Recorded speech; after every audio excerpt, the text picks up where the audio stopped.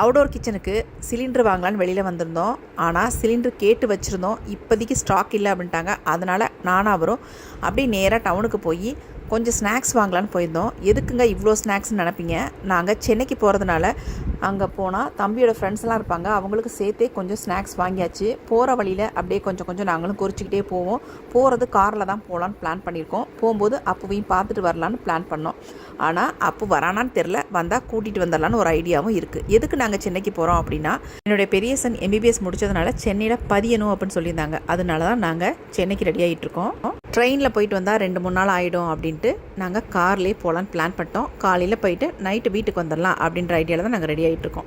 அப்புக்கு தேவையான திங்ஸ் எல்லாம் கொஞ்சம் எடுத்து வச்சுருந்தேன். என்னென்னா, அவன் போன தடவை விட்டுட்டு போன தம்பிள்ஸ், பாய் ஒன்று வேணும்னு சொல்லலாம், டைரி, இந்த மாதிரி ஐட்டம்ஸ்லாம் எடுத்து வச்சுருந்தேன். நிஷாந்த் கிட்ட 3 மணிக்கு அலாரம் வச்சு கொடுறா அப்படின்னா அவன் 2 மணிக்கு அலாரம் வச்சுட்டான். நான் 2 மணிக்கு எழுந்து கடகடன்னு ரெடியாக ஆரம்பிச்சிட்டேன். அப்புறமேட்டு தான் தெரிஞ்சுது, அடடா 2 மணிக்கு எழுந்தாச்சா அப்படின்ட்டு. அப்படி எழுந்தாலும் கூட கார் எடுக்க 5 மணி ஆயிடுச்சுங்க. சரி, நான் ஒரு கொண்டையை போட்டு தான் வந்திருந்தேன். அப்புறம் காருக்குள்ளேயே உட்காந்து தலையெல்லாம் வாரி பூவெல்லாம் வச்சுக்கிட்டேங்க.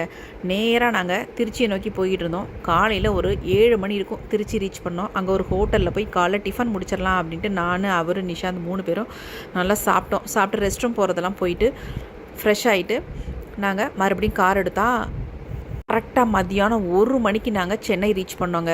ஐயோ, பதிய முடியுமோ முடியாதுன்னு பயந்துகிட்டே போனோம். கரெக்டாக போய் பதிஞ்சாச்சு. பதிஞ்சதுக்கப்புறம் அப்புவையும் பார்த்துட்டு அப்புவையும் காரில் கூப்பிட்டுக்கிட்டு நேராக நாங்கள் பீச் கிளம்பிட்டோம். சரி, இவ்வளோ தூரம் வந்துட்டு பீச் போகாமல் வந்தால் எப்படி அப்படின்ட்டு பீச் போயிட்டு எல்லாம் ஒரு ரவுண்ட் அடித்தோம்.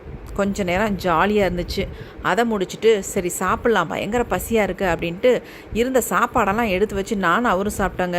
இதுங்க ரெண்டும் சுத்தமாக சாப்பிட மாட்டேன், இதெல்லாம் போய் கட்டிட்டு வரலாமா அப்படின்னு ரொம்ப கேலி கிண்டல் பண்ணிக்கிட்டு இருந்தானுங்க.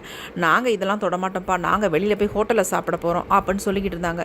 சரி, ஓகே, நீங்கள் சாப்பிட்டுக்கோங்க அப்படின்னு சொல்லிட்டு சாப்பிட வச்சுட்டு கார் எடுத்தால் நைட்டு 11:30 ஆயிடுச்சுங்க. நாங்கள் திருச்சி வரத்துக்கு வந்தால் ஹோட்டலில் புரோட்டா தான் இருந்துச்சு. ஏதோ சூப்பு, நான், புரோட்டா எல்லாம் வாங்கி ஏதோ சாப்பிட்டுட்டு கார் எடுத்தாச்சுங்க. கார் எடுத்தால் நைட்டெல்லாம் தூக்கம் இல்லாதனால செம்ம தூக்கம். அதுவும் சாப்பிட்டதுனால சொல்லவே வேணாம், அப்படி ஒரு தூக்கம் எங்கள் 3 பேத்துக்கும். அப்பு மட்டும் தூங்காமல் ட்ரைவ் பண்ணிட்டு வந்தான். சரி, புள்ள ட்ரைவ் பண்ணிட்டு வரான்னு பார்த்தா வேறு லைனில் போயிட்டாங்க. அதெல்லாம் கரெக்ட் பண்ணி வர்றதுக்கு நைட்டு 1 மணி ஆகி